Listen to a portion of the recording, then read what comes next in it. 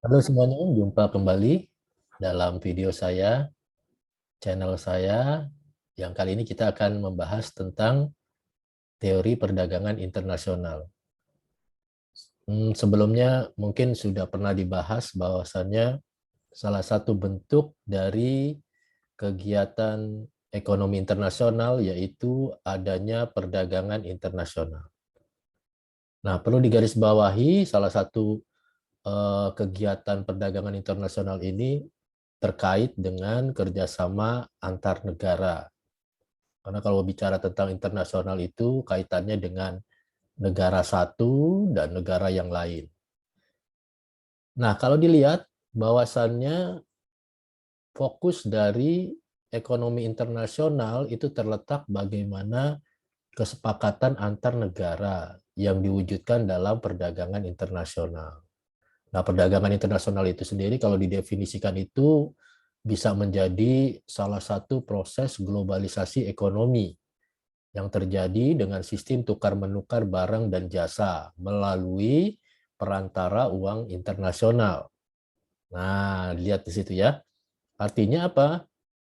Setiap hal yang berhubungan dengan kegiatan internasional pasti melibatkan unsur-unsur yang sifatnya internasional juga dan bersifat global, menyeluruh, tidak hanya terfokus pada satu kegiatan, dua kegiatan saja, tapi banyak sekali.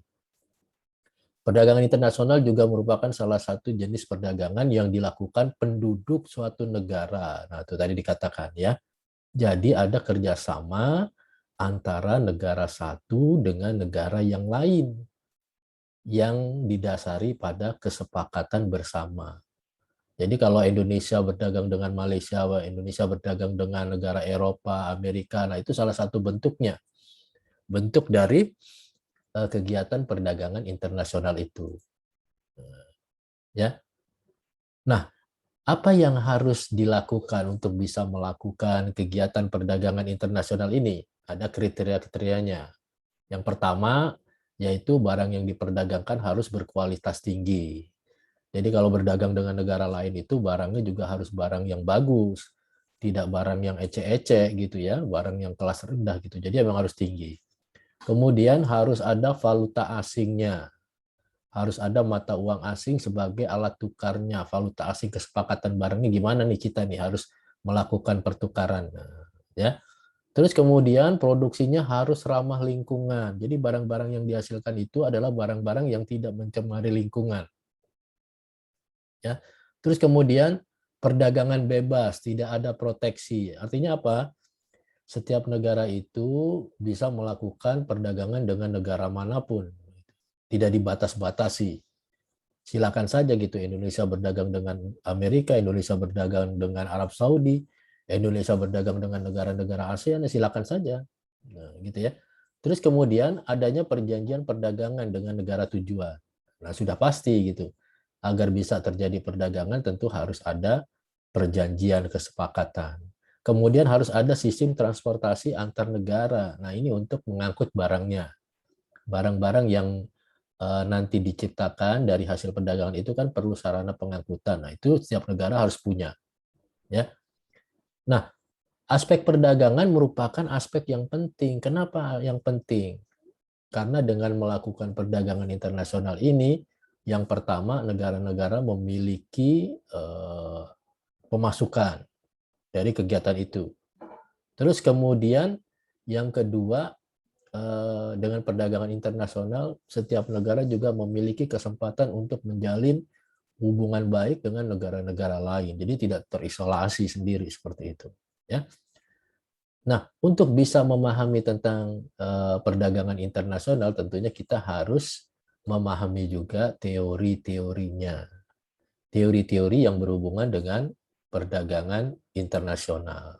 Nah, perdagangan internasional itu dipelajari dari beberapa teori. Jadi lahirnya perdagangan internasional itu diurutkan gitu. Ada ahli-ahli yang menjelaskan teori-teori perdagangan internasional seperti itu ya.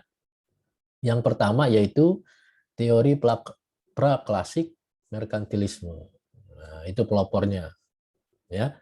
Terus kemudian ada juga teori klasik, Adam Smith, David Hume, David Ricardo. Kemudian ada teori modern, teori HNO, yaitu ada Hasker dan Ohlin, makanya disebut dengan HO. Kemudian juga ada teori keunggulan kompetitif, Michael E. Porter. Nah, keempat teori-teori ini merupakan adalah teori dasar untuk memahami terjadinya perdagangan internasional. Nah, seperti itu. Yang pertama sekarang, teori praklasik. Yang namanya praklasik berarti sebelum klasik. Ya, jadi para ahli zaman dulu itu mendefinisikan perdagangan internasional itu dengan berbagai macam asumsi-asumsi. Nah, dalam teori praklasik ini dikatakan bahwasannya asumsi yang pertama yaitu adanya keterkaitan antara logam mulia yang dimiliki oleh suatu negara. Nah, gitu ya. Jadi peran dari logam mulia itu menjadi ukuran kemakmuran suatu negara. Nah, dikatakan kalau negara itu punya logam mulia yang banyak, maka negara itu semakin kaya. Makanya setiap negara berlomba-lomba mencari logam mulia sebanyak-banyaknya. Nah, dalam teori ini juga dikatakan peran pemerintah sangat dominan. Ya, oke. Jadi pemerintah mengatur setiap kegiatan perdagangan yang ada dalam teori ini. Nah, gitu. Logam mulia banyak digunakan untuk membiayai armada perang. Nah, ya. Jadi kan tadi sudah dikatakan semakin banyak logam mulia yang dimiliki, maka negara akan semakin kaya. Jadi negara berusaha mencari logam mulia lain. Punya tambang emas lah, seperti itu. Nah, ini terjadi di abad ke-16 sampai ke-18. Maka dari teori ini timbullah penjajahan-penjajahan tuh. Negara-negara yang kuat terhadap negara-negara yang lemah. Nah, seperti itu. Ya. Jadi kebijakannya antara lain adalah kalau bisa negara itu menjual LM sebanyak-banyaknya. Ya. Membatasi impor dengan ketat kecuali logam mulia. Nah, jadi semuanya terfokus pada logam mulia. Ya. Jadi orang itu di dalam teori ini punya kesempatan untuk bisa kaya jika memiliki logam mulia. Nah, terus kemudian paham ini mendapat kritikan dari para ahli juga, orang-orang pinter gitu ya. Yang pertama yaitu David Hume dan Adam Smith. Nah, si David Hume nggak setuju dengan pendapat seperti itu. Ya. Nah, dia mengatakan bahwasannya seperti ini alurnya. Kalau negara kaya hanya didasari pada ekspor dan impor logam mulia, nah, seperti itu akan menyebabkan yang namanya harga impor turun. Nah, gitu. Ya, harga impor turun. Sementara harga ekspornya naik. Nah, sini. Nah, seperti itu. Dampaknya apa kalau terjadi seperti itu? Kuantitas ekspornya akan turun dan kuantitas impornya akan naik. Sehingga nanti akan terjadi lama-kelamaan gitu ya. Kalau orang menimbun emas dalam jumlah yang banyak, itu nanti ekspornya akan lebih kecil ya dari impornya. Nah, ini impornya lebih besar dari ekspornya atau ekspornya lebih kecil dari impornya. Kalau terjadi demikian, maka nanti orang-orang yang punya logam mulia itu akan terpakai jumlah logam mulianya, sehingga nanti persediaannya akan turun. Nah, semakin banyak yang dipakai logam mulianya, justru negaranya nggak jadi kaya, malah jadi miskin. Nah, seperti itu. Ini kritik dari David Hume. Jadi David Hume itu nggak setuju ah. Negara kaya itu bukan negara yang punya emas banyak kan seperti itu. Ya kalau misalnya dalam suatu waktu itu terjadi peningkatan kebutuhan selain emas bagaimana? tentu untuk membelinya harus pakai emas yang dia punya kan. Nah, kata David Hume seperti itu. Semakin banyak kebutuhan dalam negeri menyebabkan kebutuhan emas untuk beli barang dari luar negeri akan semakin banyak. Nah, kalau semakin banyak, lama-lama ya habis. Ya, kalau habis negaranya pasti akan jatuh miskin. David Hume mengkritik seperti itu. Ya. Nah, kalau Adam Smith gimana lagi? Ya, kalau Adam Smith dia bilang ukuran kemakmuran suatu negara tidaklah ditentukan oleh banyaknya emas yang dimiliki. Tapi kemakmuran suatu negara itu ditentukan oleh gross domestic product. Seberapa besar suatu negara itu bisa berdagang dengan negara lain dan menyumbang devisa bagi negaranya. Nah, si Adam Smith bilang seperti itu. Nah, untuk meningkatkan GDP, kata dia, perdagangan luar negeri, maka harus mengurangi campur tangannya. Jadi yang namanya pemerintah itu nggak boleh ikut campur, gitu kalau kata Adam Smith. Udah biarin aja mereka melakukan yang namanya perdagangan secara bebas, free trade, ya, secara bebas. Artinya apa? Biar bisa menentukan sendiri apakah mereka dapat keuntungan atau tidak, kan seperti itu. Dibebas-bebasin saja. Ya. Nah, si Adam Smith bilang seperti itu. Ya. Terus dia mengatakan kalau nanti dia suatu negara itu bisa melakukan yang namanya perdagangan bebas, itu artinya mereka akan bersaing satu dengan yang lain.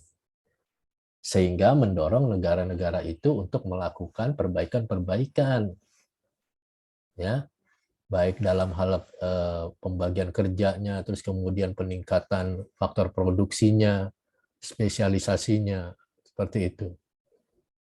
Sehingga nanti akan ketahuan tuh negara-negara yang memiliki keunggulan-keunggulan tertentu dibandingkan dengan negara lain. Atau yang lebih dikenal dengan absolute advantage. Ya. Nah, dia mengatakan si Adam Smith, jika suatu negara itu punya yang namanya absolute advantage, maka diharapkan bisa meningkatkan produktivitas dan efisiensi. Sehingga nanti pada ujungnya bisa meningkatkan pendapatan negara itu melalui GDP-nya. Gitu kata si Adam Smith. Ya. Jadi si Adam Smith ini lebih menekankan pentingnya kebebasan dalam berusaha. Jadi yang namanya pengusaha atau para pebisnis itu silahkan saja melakukan perdagangan dengan siapapun, dengan negara manapun. Ya. Dan dia juga mengatakan bahwasannya suatu negara itu bisa makmur kalau dia itu punya absolute advantage, keunggulan yang absolut. Ya. Keunggulan yang absolut itu apa artinya? Setiap negara pasti memiliki keunggulan-keunggulan tersendiri dibandingkan dengan negara lain. Indonesia dengan sumber daya alamnya yang banyak itu memiliki keunggulan absolute advantage dalam hal sumber daya alam, natural resources. Ya, dengan keunggulan absolute advantage itu Indonesia bisa melakukan perdagangan dengan manapun gitu. Nah, itu contohnya, ya, seperti itu. Nah, kalau digambarkan diagramnya alurnya seperti ini, kata si Adam Smith. Jadi kemakmuran itu lebih diukur daripada GDP-nya minus peran pemerintah. Jadi silakan aja bebas aja nih. Ini bebas berdagang. Kalau bebas berdagang artinya nanti akan ada persaingan. Negara-negara yang punya keunggulan, punya sumber daya yang banyak itu akan menjadi negara-negara yang memiliki produktivitas dan efisiensi yang tinggi, katanya seperti itu. Kalau sudah seperti itu, maka GDP-nya akan naik. Nah, kalau GDP-nya naik, ya kemakmurannya akan meningkat. Nah, pertanyaannya Indonesia yang punya sumber daya alam yang banyak, sumber daya manusia yang banyak, terus kemudian mineral yang banyak, itu kan artinya Indonesia punya yang namanya ini, absolute advantage. Tapi yang menjadi pertanyaan adalah ininya sudah meningkat belum? Nah, itu pertanyaan gitu ya. pertanyaan yang harus Anda jawab. Seperti itu. Ya. Nah, terus kemudian yang kedua setelah praklasik ada yang namanya teori klasik. Nah, teori klasik ini ya tadi yang disampaikan oleh Adam Smith dan satu lagi oleh David Ricardo. Nah, kalau Adam Smith tadi kan teorinya berbunyi tentang teori absolute advantage. Seperti itu. Nah, kalau untuk David Ricardo lebih menekankan pada comparative advantage. Ya, keunggulan komparatif, perbandingan. Nah, kita lihat satu-satu. Seperti apa gitu ya. Jadi kalau kata Adam Smith, dia mengatakan, setiap negara akan memperoleh manfaat dari yang namanya perdagangan internasional karena melakukan spesialisasi produksi dan ekspor barang jika memiliki keunggulan mutlak. Iya, contohnya Indonesia tadi. Karena Indonesia itu punya sumber daya alam yang banyak, sumber daya mineral yang banyak, maka dia akan fokus pada produksi yang berhubungan dengan sumber daya alam. Yang terfokus pada produksi sumber daya mineralnya. Jadi Indonesia itu dikatakan sebagai negara pengekspor sumber daya alam, ya kopinya, ya tehnya, ya kelapa sawitnya, dan sebagainya. Juga pengekspor mineral, batu bara, timah, nikel, dan sebagainya. Seperti itu. Ya. Nah, namun di sisi lain, Indonesia juga memiliki semacam kekurangan dalam hal absolute advantage yang lain. Nah, seperti itu. Indonesia nggak memiliki absolute advantage dalam hal teknologi. Nah, makanya dia impor teknologi dari negara-negara yang memiliki keunggulan absolut teknologi. Nah, seperti itu. Kira-kira dari teori Adam Smith mengatakan seperti itu. Ya. Jadi negara-negara yang punya keunggulan saja itu nanti bisa melakukan yang namanya perdagangan internasional. Nah, kalau dicontohkan misalnya nih ya, hitung-hitungannya seperti itu. Nah, misalnya di sini ada kasus Indonesia dan Cina sepakat untuk melakukan perdagangan bilateral. Indonesia memiliki keunggulan mutlak dalam menjual produk teh. Nah, sumber daya alam yang tadi ya kan. Terus kemudian Cina memproduksi sutra. Kebetulan negara Cina itu adalah penghasil sutra. Nah, di satu sisi Cina butuh teh Indonesia. Di sisi lain Indonesia butuh sutra dari Cina. Nah, bagaimana kalau mereka melakukan perdagangan? Nah, gimana caranya? Nah, ini di sini ada contohnya. Misalkan Indonesia mampu memproduksi teh sehari 12 kilo dan 3 meter sutra di Indonesia. Sedangkan di Cina 4 kilogram teh sehari dan 8 meter sutra sehari. Dari kedua kondisi ini, maka kita bisa menghitung yang namanya dasar tukar dalam negeri masing-masing. Ya, jadi kalau di Indonesia itu 1 meter sutra itu sama dengan 4 kilo dasar tukarnya. Ya, atau 1 kilo sama dengan 1/4 meter. Ya. Terus kemudian kalau di Cina bagaimana Pak? Kalau di Cina 1 meter sama dengan setengah kilo. 1 kilogram sama dengan 2 meter. Nah, coba dilihat di situ. Dari kedua itu, mana yang memiliki keunggulan mutlak di satu sisi di antara dua negara itu? Penjabarannya seperti ini. Ya, nah, tadi itu yang sudah dijelaskan. 1 kilogram teh di Indonesia senilai 1/4 meter sutra. 1 meter sutra sama dengan 4 kilogram. 1 kilogram teh dinilai 2 meter sutra di Cina. 1 meter sutra dinilai setengah kilogram teh. Itu artinya apa? Kalau misalnya dilihat 1 kilogram teh di Indonesia lebih murah dibandingkan dengan Cina. Kalau di Cina 1 kilogram teh itu 2 meter. Nah, kalau di Indonesia 1 kilogram 1/4 meter. Jadi lebih murah. Sementara 1 meter di 1 meter sutra di Cina lebih murah. Untuk bisa memperoleh 1 meter di Cina itu setengah kilogram teh, ditukar dengan setengah kilogram teh. Di Indonesia 1 meter dinilai 4 kilogram teh.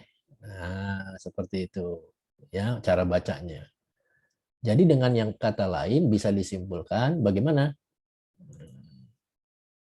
Ya, Indonesia memiliki keunggulan absolut dalam produksi teh. Ini teh ya maksud delsi teh nih.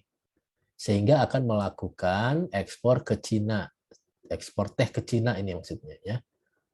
Nah, Cina memiliki keunggulan absolut dalam produksi sutra karena di sutra di Cina itu lebih murah kan seperti itu. Ya, maka dia akan mengekspor sutranya ke Indonesia. Gitu. Ya. Nah, untuk memperoleh keuntungannya bagaimana caranya? Ya, kalau di Indonesia mendapat keuntungannya tentunya dari perdagangan apa tadi? Tehnya. Nah, dilihat di situ. Teh di Indonesia berapa, teh di Cina berapa, dikurangi saja. 2 meter, dikurangi 1/4. Cina mendapat keuntungan dari menjual sutranya. Nah, sutranya tadi dibandingkan dengan tehnya berapa? Nah, itu 4 kilogram dikurangi setengah kilogram. Nah, dapatnya keuntungannya segitu. Ya, ini contoh. Contoh dari absolute advantage. Tapi dikatakan absolute advantage itu memiliki kelemahannya. Ya, kelemahannya apa? Kalau suatu negara itu punya yang namanya keunggulan absolute advantage, baru terjadi perdagangan. Jadi kalau negara yang satu dengan negara yang lain, masing-masing punya absolute advantage, baru bisa berdagang. Tapi gimana dengan negara yang nggak punya?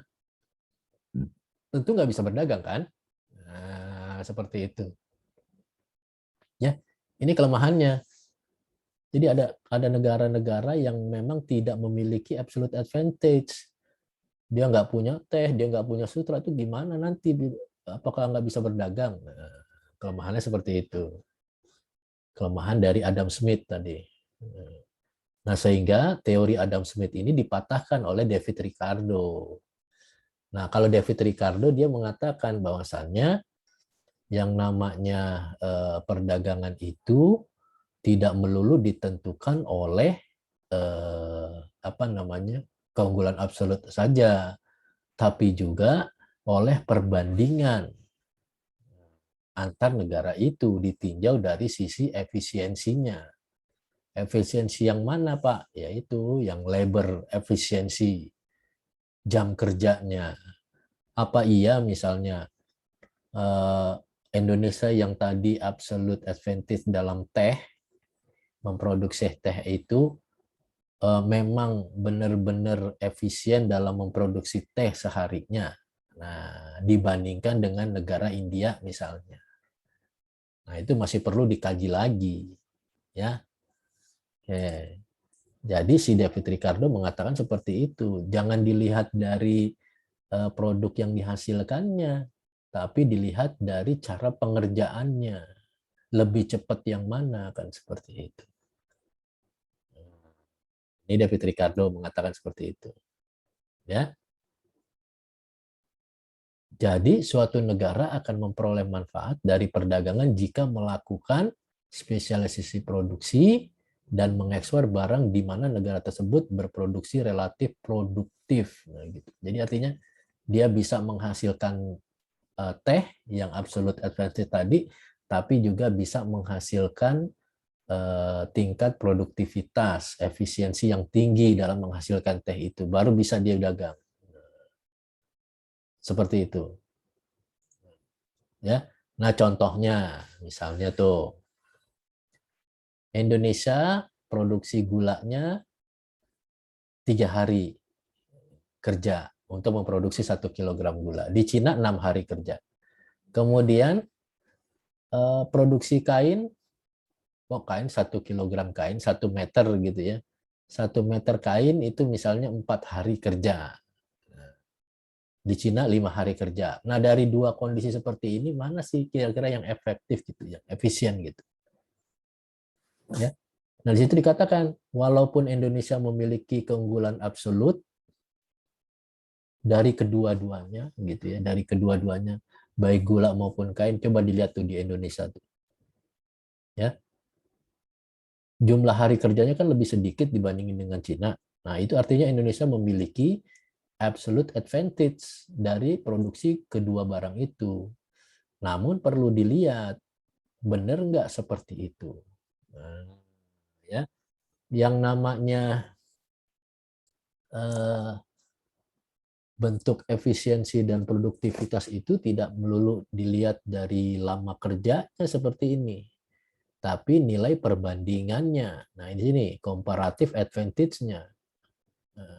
Ya, biaya yang dikeluarkan untuk mengerjakan ini berapa?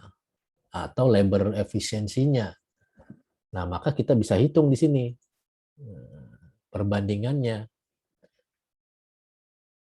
Perbandingan harga yang dibutuhkan pada saat memproduksi gula di Indonesia adalah 3 dibanding 6. 3 ini adalah 3 hari di Indonesia, 6 hari di Cina.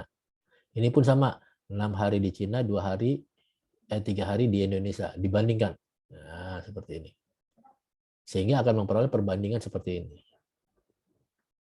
Jadi, kalau dibandingkan antara Indonesia dengan Cina, ya, dalam hal produksi gula, maka di Indonesia 3/6 hari kerja. Kalau di Cina 6/3 hari kerja dan selanjutnya. Nah, terus kemudian penjelasannya bagaimana, Pak? Tenaga kerja Indonesia lebih efisien dibandingkan dengan tenaga kerja Cina dalam produksi 1 kilogram gula, yaitu setengah hari kerja. Ya, dalam produksi 1 meter kain 4/5 hari kerja. Hal ini mendorong Indonesia melakukan spesialisasi produksi dan ekspor gula. Nah, gitu. Jadi karena tadi setelah diukur ternyata Indonesia lebih efisien dari Cina, maka Indonesia berpeluang mengekspor gulanya. Tenaga kerja Cina ternyata lebih efisien dibanding tenaga kerja Indonesia dalam produksi 1 meter kain. Coba tuh. Di Cina 5/4 hari kerja daripada memproduksi gula yang 2 hari kerja. Nah, gitu. Itu artinya apa? Kalau di Cina Kalau di Cina produksi gula rugi, kenapa? Dia butuh 2 hari. Tapi kalau dia bikin kain, dia hanya butuh 5/4 hari kerja saja. Jadi eh, nggak ada 2 hari. Jadi dengan demikian Cina memiliki efisiensi dalam hal kain. Seperti itu. Nah, nanti tinggal dilihat tuh. Pada saat nanti dibutuhkan Indonesia memerlukan kain, maka bisa langsung membeli dari Cina. Dan sebaliknya, Cina bisa beli gula dari Indonesia karena dua-duanya memiliki sama-sama memiliki semacam tingkat efisiensi kerja dalam produknya masing-masing. Begitu. Ya, bisa dipahami ya. Nah, ini kalau dihitung-hitung seperti ini. Ya. Oke. Nah, keuntungan perdagangannya bagaimana? Nah, kalau misalnya kita melihat gain of trade-nya, ya tinggal dilihat saja nih. 1 kilogram ya, produksi gula di Indonesia berapa? Kalau kain berapa? Nah, gitu. Ya. Tadi kan di Indonesia memproduksi 1 hari 3 kilo. Berarti untuk memperoleh kain di Indonesia butuh 4/3 kilogram. Sedangkan di Cina untuk memperoleh 1 meter kain dia butuh 5/6 kilogram. Nah, seperti itu. Nah, gimana ngukur keuntungannya? Ya tinggal lihat saja di situ. Indonesia ekspor gula. Nah, gulanya berapa tadi dihargai tadi? Yaitu 6/5 dikurangi 3/4 meter. Yang ini nih. Ya. Ini kan 1 kilogram gula kalau diekspor ke Cina kan 6/5. 6/5. Sedangkan di dalam negerinya 3/4, 3/4. Jadi keuntungannya segini. Sedangkan Cina ngekspor kain ke Indonesia. Kalau diekspor di Indonesia kainnya berapa? 4/3 kilogram gula. Sedangkan kalau di negaranya 5/6. Jadi keuntungannya adalah 0,5 kilogram. Nah, gitu. Ya. Oke, ini bentuk dari apa yang disebut dengan comparative advantage. Namun demikian, comparative advantage itu masih memiliki kekurangan-kekurangannya. Ya, kekurangannya apa di situ? Ya, tenaga kerja kita sama Cina kan beda kan seperti itu ya, nggak sama. Ya, terjadi perbedaan produktivitas, perbedaan efisiensi. Ya, akibatnya terjadi perbedaan harga barang yang sejenis di antara dua negara. Ya, artinya apa? Tingkat keterampilan tenaga kerja kita dengan Cina kan beda. Ya, jika fungsi faktor produksi tenaga kerja atau produktivitas dan efisiensi di dua negara sama, maka tentu tidak akan terjadi perdagangan. Ya benar seperti itu ya. Kalau misalnya Indonesia bisa mengerjakan produksi gula 1 hari, di Cina juga 1.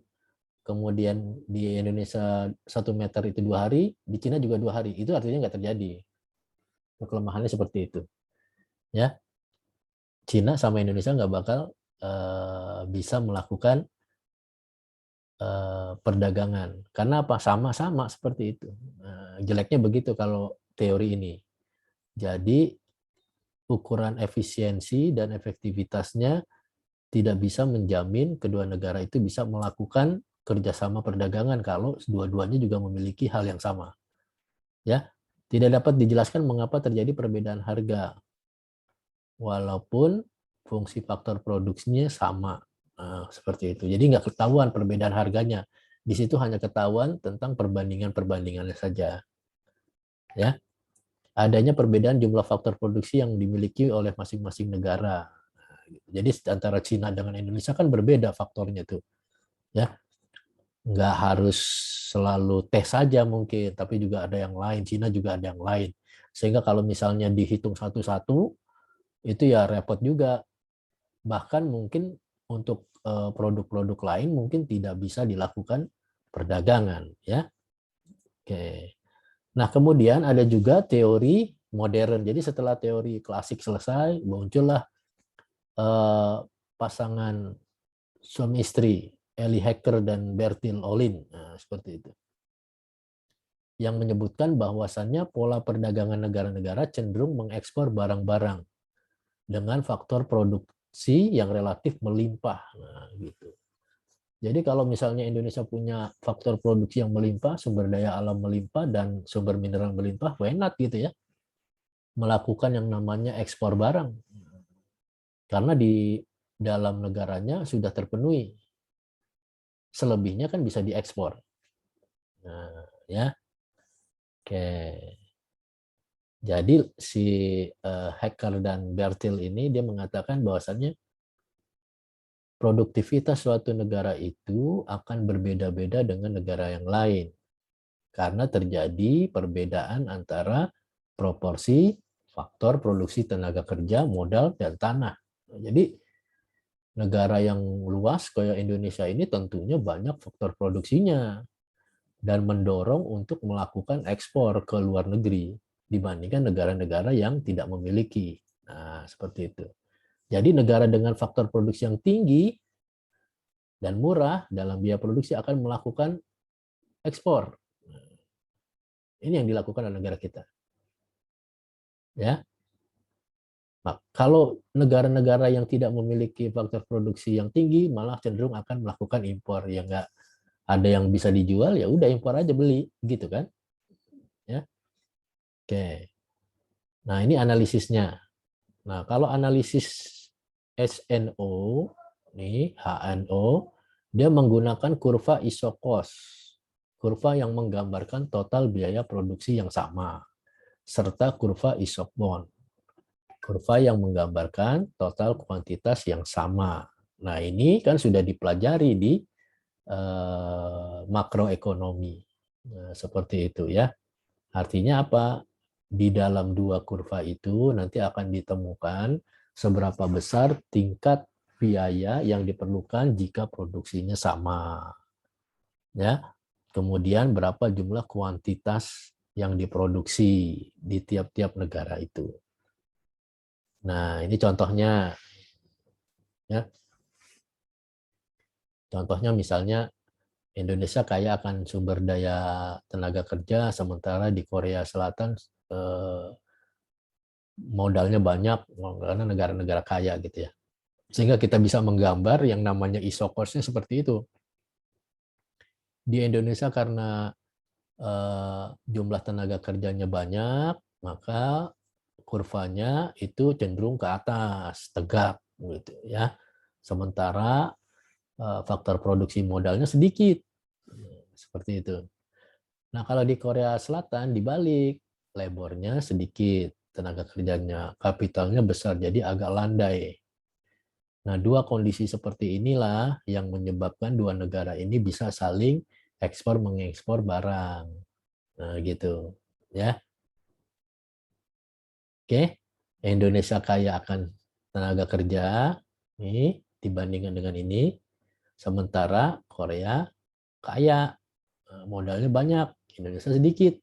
Jadi sini bisa kirim modal ke sini, ini bisa kirim tenaga kerja ke sini. Nah, seperti itu. Tukeran, ya. Barter lah. Nah, seperti itu. Ya. Nah, ini contohnya nih, ya. Contoh dari yang tadi. Seperti itu. Jadi bisa dilihat di situ negara Indonesia, Korea, komoditinya apa? Sepatu, televisi. Faktor produksinya apa? Sepatu, modal, televisi, sepatu, tenaga kerja, televisi, modal. Ya. Terus kemudian proporsi faktor produksinya tadi kan 75, ini 25, ini 30, 80. Isokonnya seperti apa?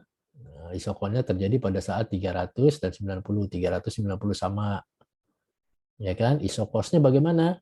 Nah, karena kita itu tenaga kerja, jadi kalau bisa murah kan seperti itu. Tapi kalau misalnya kapitalnya pasti tinggi. Nah, kalau di Korea dibalik. Nah, ya seperti itu. Jadi untuk bikin televisi di Korea murah. Kalau untuk bikin sepatu di sana mahal. Dibalik di Indonesia murah tenaga kerjanya. Sedangkan bikin televisi mahal. Nah, nanti bisa bertukar di sini. Nah, ya. Nih orang Korea mau bikin sepatu, ya udah bikin aja di Indonesia. Gitu. Ya, bikin aja di Indonesia. Di Indonesia bikin televisi mahal, ya udah beli aja dari Korea. Nah, seperti itu. Ya. Jadi setiap negara bisa melakukan kerjasama dalam hal ini. Terus kemudian kalau digambarkan seperti ini. Waduh, gambar apa itu, Pak? Nah, itu Anda sudah pernah lihat itu di ekonomi makro. Bahwasannya kalau dalam suatu perekonomian ya terdapat penggunaan faktor produksi, contohnya dua faktor produksi, maka akan membentuk yang namanya iso-cost. Ini iso-cost-nya. Nah, iso-cost ini nanti juga akan berkaitan dengan adanya isokon nih. Isokon yang merah, yang biru, ya seperti itu ya. Di mana isokon ini nanti akan menggambarkan kuantitas yang bisa dilakukan atau kuantitas yang bisa diproduksi jika isokosnya sekian. Nah, seperti itu. Sehingga ada titik-titiknya di sini. Titik A, B, C, dan sebagainya. Nah, ini antara dua negara tadi. Yang di sini tadi nih. Yang di tabel tadi ini. Nah, penjabarannya seperti ini. Gitu. Ini merupakan teori dari HNO. Jadi lebih pada pembentukan gambar seperti ini untuk bisa menilai apakah dua negara itu bisa melakukan kerjasama atau tidak. Seperti itu. Ya, ini penjelasannya. Seperti yang saya bilang tadi. Ya, nanti Anda tinggal baca saja. Ini materinya nanti sudah diberikan, tinggal dibaca. Bagaimana kalau produksi TV, bagaimana kalau produksi sepatu. Ya. Jadi teori ini mengatakan produksi barang ekspor di tiap-tiap negara akan naik, sedangkan produksi barang impor di tiap negara akan turun. Harga dan biaya produksi suatu barang akan ditentukan jumlah atau proporsi faktor produksi yang dimiliki. Tadi, ternyata Indonesia itu kaya akan tenaga kerja, sementara dari modalnya kecil. Korea Utara juga sama, terbalik. Korea Selatan lebih kaya akan modal dan tenaga kerjanya sedikit. Nah, seperti itu. Ya. Oke. Terus kemudian perdagangan akan terjadi antara negara yang kaya capital dengan negara yang kaya labor, tenaga kerja. Masing-masing negara akan cenderung melakukan spesialisasi produksi dan mengekspor barang tertentu. Nah, karena memiliki faktor produksi yang banyak dan murah. Nah, yang tadi ya, yang sudah dihitung tadi. Oke. Nah, itu teori modern. Tapi teori modern ini juga masih banyak kekurangannya seperti itu ya. Itu kalau Indonesia sama Korea Selatan, lagi mana negara Afrika? Nah, seperti itu. Gimana dengan negara-negara di Timur Tengah dan sebagainya? Kita belum tahu kan begitu ya. Nah, kemudian muncul teori yang selanjutnya yaitu teori competitive advantage dari Michael Porter. Nah, seperti itu ya. Michael Porter menerangkan bahwasannya suatu negara itu bisa melakukan kerjasama dengan negara lain itu kalau memiliki keunggulan bersaing. Ya, artinya negara yang satu bisa bersaing dengan negara yang lain, memiliki keunggulan-keunggulan lah. Ya, jadi bagaimana tuh si negara Indonesia misalnya dengan negara Korea Selatan tadi bisa bersaing dalam satu hal sehingga nanti bisa melakukan kegiatan perdagangan. Nah, seperti itu. Nah, kita lihat asumsinya. Dibutuhkan nilai jual yang lebih agar dapat merebut pasar internasional. Nah, itu artinya apa? Produk-produk yang dihasilkan oleh suatu negara itu kalau bisa memiliki nilai jual yang tinggi, kualitas yang tinggi biar bisa diterima oleh negara lain. Karena sekarang perdagangan itu lebih terorientasi pada based on product. Jadi produk-produk yang berkualitas itulah yang bisa masuk dalam pasar internasional. Contoh misalnya nih, Indonesia penghasil kopi, Malaysia juga sama penghasil kopi. Nah, nanti yang bisa masuk ke pasar internasional kopi yang mana? Kopi dari Indonesia, kopi dari Malaysia, kopi dari Brazil, atau dari yang mana? Tergantung dari daya saingnya.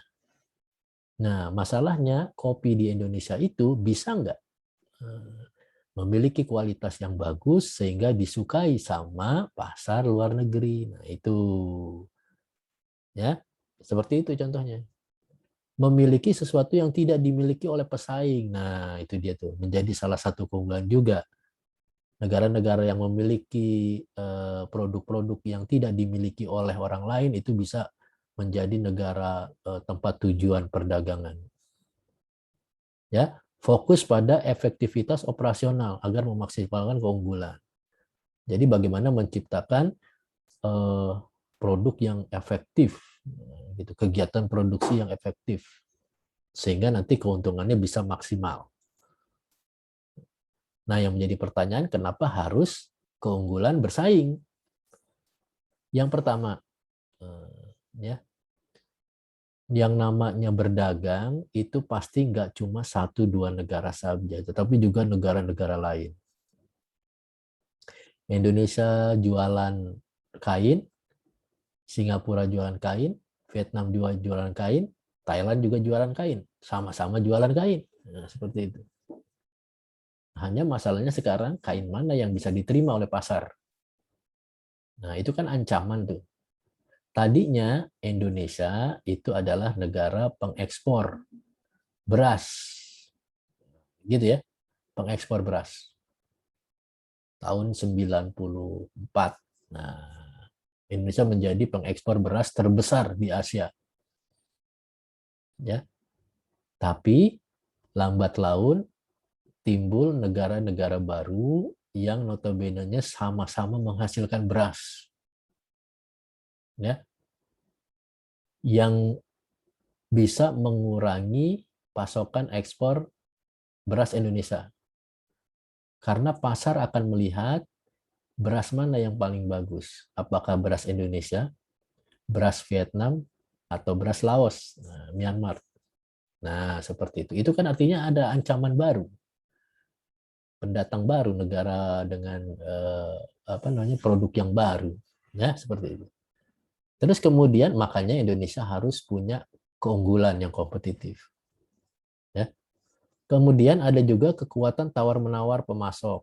Nah, ya, supplier, pengada barang, pengada produk. Gitu. Kan banyak tuh sekarang tuh, ya, supplier-supplier yang bisa menyediakan produk-produk yang sama, seperti itu. Itu kan artinya bisa merugikan kita juga di satu sisi, ya. Terus yang ketiga, ancaman produk pengganti. Nah, kalau nggak ada beras, negara tempat kita ekspor tadi kan bisa menggantinya dengan yang lain. Nah, itu juga akan membuat halangan untuk kita menjual beras kita, ya, menjual sumber daya alam kita. Nah, seperti itu. Contoh misalnya nih, ya, Indonesia itu kaya akan produksi karet alam. Ya, namanya hutan karet kita itu banyak, ya, tiap tahun memproduksi berjuta-juta meter kubik karet, getah karet. Nah, kemudian kita ingin menjual karet kita ke Jepang misalnya. Nah, seperti itu. Pada awal mula penjualan karet kita itu bagus, ekspor kita bagus. Lambat laun ekspor kita menurun, bahkan tidak ekspor lagi. Kenapa? Karena di Jepang sudah bisa bikin karet sintetis. Nah, seperti itu. Di Jepang sudah bisa membuat karet sintetis yang kualitasnya jauh lebih bagus dari karet Indonesia. Itu kan artinya ancaman produk pengganti. Terus kemudian kekuatan tawar-menawar pembeli. Nah, kalau jualan kan artinya beli gitu ya. Jual barang kan ya. Tergantung pembelinya gitu. Si pembeli tentu akan mencari negara-negara yang mau menjual barangnya secara murah ke mereka dari sisi harga. Nah, kita juga harus bersaing dengan mereka. Nah, seperti itu. Terus kemudian persaingan kompetitif di antara anggota industri. Ya, contohnya Indonesia dengan Malaysia bersaing, Indonesia dengan Thailand saat ini bersaing dengan Vietnam lah. Ya, bersaing seperti itu dalam hal produksi. Ya, itu akan menjadi alasan mengapa yang namanya competitive advantage juga dilakukan. Sama seperti Anda juga, kalau kuliah kan mengandalkan ini, persaingan. Ya, keunggulan persaingan Anda itu diletak dari mana? Apakah nilai-nilai Anda yang bagus atau apa, bisa bersaing dengan teman-teman Anda tuh di situ. Ya. Oke, ini strategi competitive advantage-nya seperti apa? Misalnya biaya rendah, ya. Untuk bisa melakukan persaingan, biayanya harus rendah. Caranya gimana? Menekan seluruh biaya di dalam kegiatan produksi serendah mungkin. Nah, seperti itu. Ya. Jadi kalau bisa kan Anda beli barang itu yang murah kan ya. Nih contoh misalnya. Ini ada dua produk nih. Produk batik. Yang satu batik buatan Jepara, ya, atau buatan Cirebon, harganya 150.000. Yang satu lagi ada batik impor dari Cina, harganya 75.000. Anda mau yang mana? Ya, emang Cina bisa bikin batik, Pak? Ya bisa lah, mereka kan belajar dari Indonesia. Batik buatan Cina banyak itu di Tanah Abang, gitu ya. Silakan cari. Nah, Anda pilih yang mana? Seperti itu. Biasanya konsumen pasti akan memilih yang rendah gitu harganya gitu ya, yang murah. Seperti itu.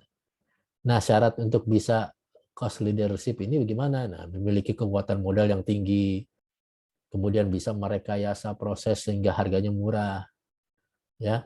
Kemudian pengawasan yang ketat, kemudian barang-barang yang sifatnya mudah diproduksi, ya. Terus kemudian biaya promosi sama distribusinya rendah. Nah, itu kan yang dilakukan oleh Cina saat ini gitu kan ya. Memproduksi dengan biaya yang murah seperti itu, tapi kualitasnya lumayan bagus. Ya, sebulan, 2 bulan, 3 bulan dipakai lah, masih bisa bertahan. Yang penting kan bagus tuh bentuk-bentuknya, hampir sama dengan yang dipakai di Indonesia gitu kan. Nah, itu juga menjadi strategi cost leadership mereka sehingga barang-barang mereka bisa masuk ke Indonesia. Ya, seperti itu. Artinya apa? Kalau Indonesia sudah bisa seperti itu, maka kita bisa masuk ke negara manapun. Tapi sayangnya ya, kita itu masih menganut ekonomi dengan biaya produksi tinggi. Nah, biaya rendahnya tidak ada, ya. Oke, terus ini contohnya, ya.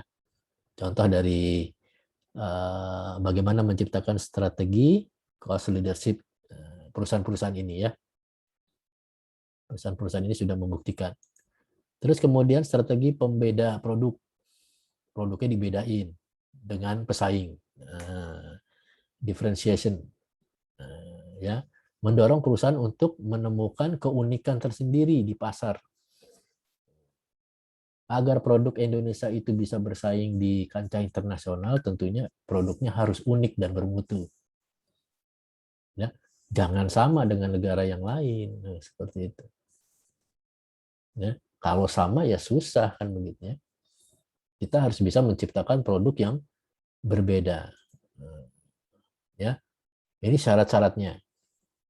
Kekuatan pemasaran yang bagus, kreativitas dan bakat karena produknya itu harus berkualitas, harus beda, rekayasa produk, direkayasa ulang gimana tuh bagusnya produknya. Riset pemasaran juga harus bisa menentukan kira-kira produknya seperti apa, memiliki reputasi perusahaan. Jadi perusahaan-perusahaan yang mau bersaing di luar negeri itu perusahaan yang bagus, yang punya nama, ya seperti itu, dan mampu melakukan berbagai macam koordinasi antar bagian-bagian yang ada di perusahaan itu, sehingga perusahaannya nanti bisa go public, bisa seperti misalnya Toyota yang ada di Indonesia, terus kemudian apa tuh banyaklah perusahaan-perusahaan asing yang ada di Indonesia yang sudah berdiri di Indonesia seperti itu ya. Nah, terus kemudian yang selanjutnya ini contohnya. Nah, atau gimana Starbucks itu sudah ada di Indonesia ya kan? Kemudian kita sudah juga mengirimkan produk kita ke luar negeri, Indofood dan sebagainya, ya. Terus kemudian strategi fokus. Nah, strategi fokus ini apa? Digunakan untuk membangun keunggulan bersaing dalam segmen pasar yang lebih sempit. Nah, fokus artinya. Jadi nggak perlu produknya banyak, tapi fokus pada konsumen-konsumen tertentu sajalah. Misalnya untuk kendaraan-kendaraan mobil mewah, nah ini nih misalnya tuh, nih ya BMW, motor gede, itu kan untuk kalangan tertentu tuh, ya orang-orang yang notabene-nya sultan gitu ya. Jadi nggak sembarang orang bisa memiliki produk ini. Jadi fokus. Syaratnya gimana? Ya besarannya cukup market size gitu ya, punya pasar, terus kemudian pertumbuhannya bagus, terus tidak ada pesaingnya di situ. Ya Harley Davidson siapa yang mau nyanyi motor gede kayak gitu? Nggak ada kan ya. BMW juga sama, ya paling Ferrari gitu ya. Lamborghini itu kan juga 1, 2, 3 mobil saja. Nah itu yang menjadi keunggulan dari suatu negara kalau ingin punya keunggulan di bidang perdagangan. Jadi harus seperti ini. Ya. Nah, kalau dibuat kesimpulannya dari ketiga strategi tadi, itu ada beberapa aspek. Yang pertama, target strateginya, Kalau cost leadership lintas sektoral pasar. Jadi pasar manapun bisa masuk. Tapi kalau fokus hanya pasar tertentu saja. Terus keunggulan kompetitifnya, biayanya harus rendah. Kalau yang diferensiasi, produknya harus unik. Ya. Kemudian kalau yang fokus selain unik, biayanya rendah juga, segmentasi pasarnya juga tertentu. Ya, pemilihannya yang terbatas dari sisi lini produknya bervariasi, terus model ditujukan untuk segmen tertentu kalau yang fokus. Nah, ini serangkaian dari teori perdagangan competitive advantage yang disampaikan oleh Michael Porter tadi. Jadi kalau suatu negara bisa melakukan ini nih, yang seperti ini nih strateginya, maka negara itu bisa menjadi leader market di pasar internasional, dan itu sudah dibuktikan ya oleh Jepang, oleh Jerman gitu ya, oleh China mungkin ya. Terus kemudian Amerika itu sendiri yang punya produk-produk unggulan berdasarkan ini, berdasarkan strategi ini. Luar biasa. Nah, pertanyaannya di Indonesia bagaimana, Pak? Ya tinggal lihat saja gitu produk kita yang sudah bisa go internasional berdasarkan apa namanya strategi kompetitif ini apa? Tadi kan ada contohnya tuh Indofood gitu ya, yang mie-nya itu sudah merambah sampai kemana-mana. Nah, itu kan bisa dijadikan sebagai contoh dalam hal competitive advantage. Nah, demikian tadi yang bisa disampaikan terkait dengan teori perdagangan internasional. Nanti kita akan lanjutkan kembali minggu depan dengan bahasan selanjutnya. Stay tune selalu di channel ini dan tetap semangat, kemudian jaga selalu kesehatan kalian masing-masing. Terima kasih atas perhatiannya. Sampai jumpa kembali.